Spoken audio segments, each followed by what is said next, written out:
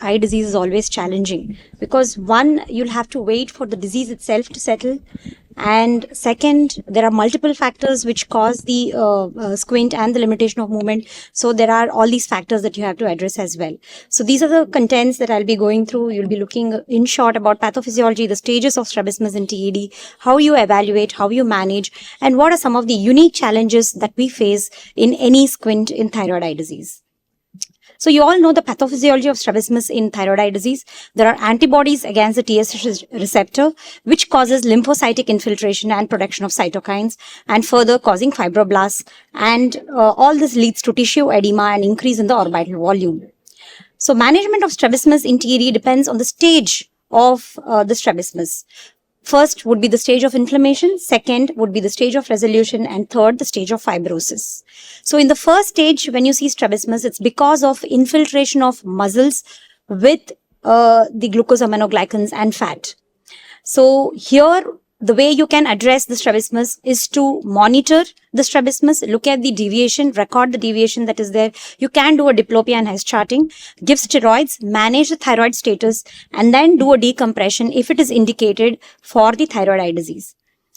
In the stage, once we reach the stage of resolution, here there is onset of fibrosis. Here again, you observe because the strabismus can keep changing as the fibrosis sets in. So monitor again the thyroid status and do a decompression if required. But only when the stage of fibrosis sets in, that is when you know that the deviation is going to be stable. At this point, you can either do a conservative treatment in the form of prism glasses, or you can do a surgical treatment. So what are the various conservative treatments that are available?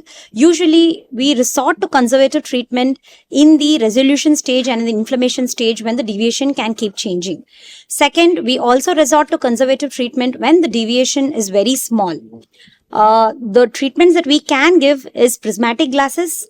When the deviation is about less than 8 prism diopters in each eye, that is when you can give prismatic glasses. In India, we have prismatic glasses which can be incorporated into glasses available between 6 to 8 prism diopters. That's a maximum you can go.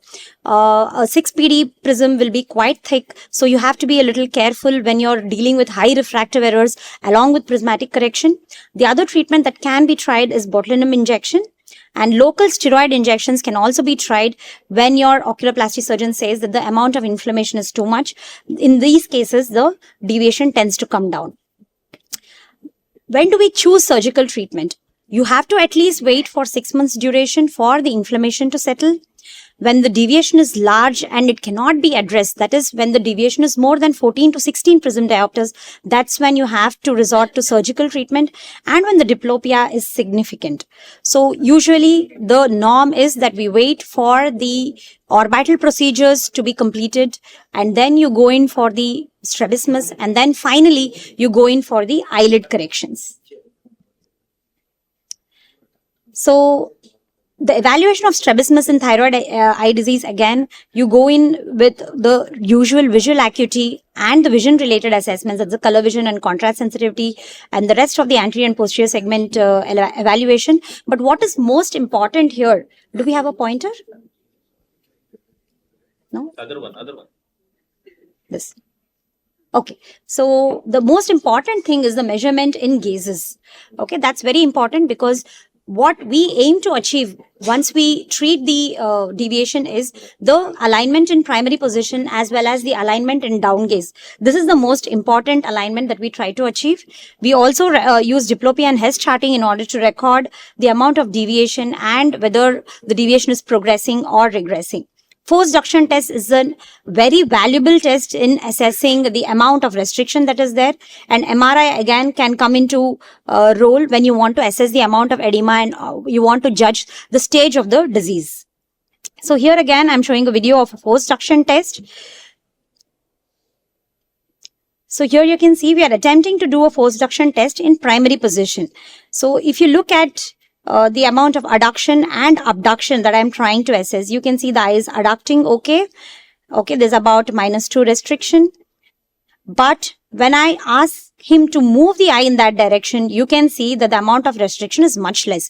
So this is again an important take-home point when you're doing a force duction test. So it's important to see what is the position of the eye by looking at the other eye. If the patient is trying to look in the opposite direction and you try to move the eye in the other direction, obviously you're going to feel a restriction. Okay, so it's important that the patient looks in the direction of the muscle that you're trying to test.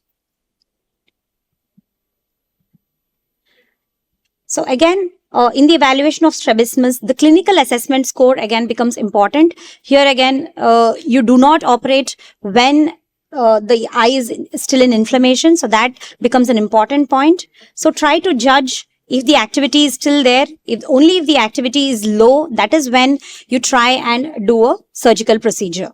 So regarding the surgical options, you have various procedures available. The general rule is that you only perform recessions or relaxing procedures. You never do resections or muscle shortening procedures, because this also increases the amount of inflammation, and that's not what you want to do. So fixed recession of inferior rectus is something that we usually do, because the most commonly affected muscles are the inferior rectus and the medial rectus. So here again, there's something called an adjustable recession. You all know how we do the adjustable recession on the postoperative day. On the first day, you recess the IR. There's something called a semi-adjustable recession. So this was proposed by Spielman and Kushner. Here what we do is intraoperatively, you perform a force duction test.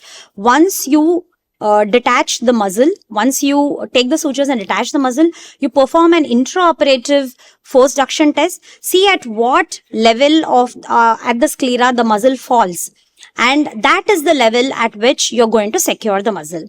And whenever you do a recession of more than 6 mm, remember you have to nasally transpose, because inferior rectus also has an abduction action on the eye. So if you're doing more than 6 millimeters, then it will result in an XT. Therefore, you also have to nasally transpose the inferior rectus. So how much, sorry. Okay. I think we'll make it very quick. Can you have the slides, please? Excuse me. Can you just continue the slide? The amount of recession is again not formula driven. You only do an FDT to determine that. My slides are not moving. Okay. So certain unique challenges we face are accompanying lid abnormalities, late overcorrections that you see, and bilateral asymmetric involvement. So adjustable recession and semi-adjustable recession are ways to achieve that. And intraoperative considerations are, main thing is you have to separate all the lid retractors from the muzzle. If not, you will have varying eyelid positions. Once you recess the inferior rectus, you can have a lid retraction when you do that. So make sure you separate them. So the benefits of surgery are, of course, reduction of diplopia and improvement in the binocular single vision field. So I'll just show you one case example here. You can see the pre-op, hypotropia. And this is the post-surgery result. Okay, you can see the post-op result. The aim of post-op thing is to achieve primary position alignment as well as down gaze alignment. So you can see excellent alignment here in the pre and post-op. So this is the last follow-up of the same patient. I think with that, I shall conclude my presentation. Thank you so much for the opportunity. I can take any questions if Thank you, Sumita. I think Dr. Deepti Joshi is also here with us, who has done I think a high volume squint surgeon. I think I need opinion from Deepti. Thank you, sir. I think Dr. Sumita has really summed up very well. So, in any case of thyroid eye disease, it is not just the squint as we see squints in other people. It is the diplopia, it is the AHP. There are so many other technical things which we are tackling. And pre-operatively, I think it is very important to set realistic solutions to the patient. We may need to tell him that despite the surgery, there may be still some amount of diplopia. Post-operative Fresnel prisms may be needed. So setting a realistic goal becomes too important, because the amount of restriction, inflammation is definitely not in our hand. And as mentioned by her, surgical changes like maybe adjustable hang bags and using antifibrotic agents as well as amniotic membrane transplantation really plays a very important role. Despite all the things, we need to remember that multiple steps still may be needed in these patients, and never do surgery in acute phase, and a 6-month stability is something which has to be anticipated before doing any surgery. So thank you. It was an excellent presentation, Dr. Sumita. Thank you, Dr. Deepti. Thank you. I think this ends the Carnatic Ophthalmic Society session. I thank Dr. Muhammad Amri has been very kind enough to give us the session. I think I invite all the speakers and also moderator for the group photo. Please come on.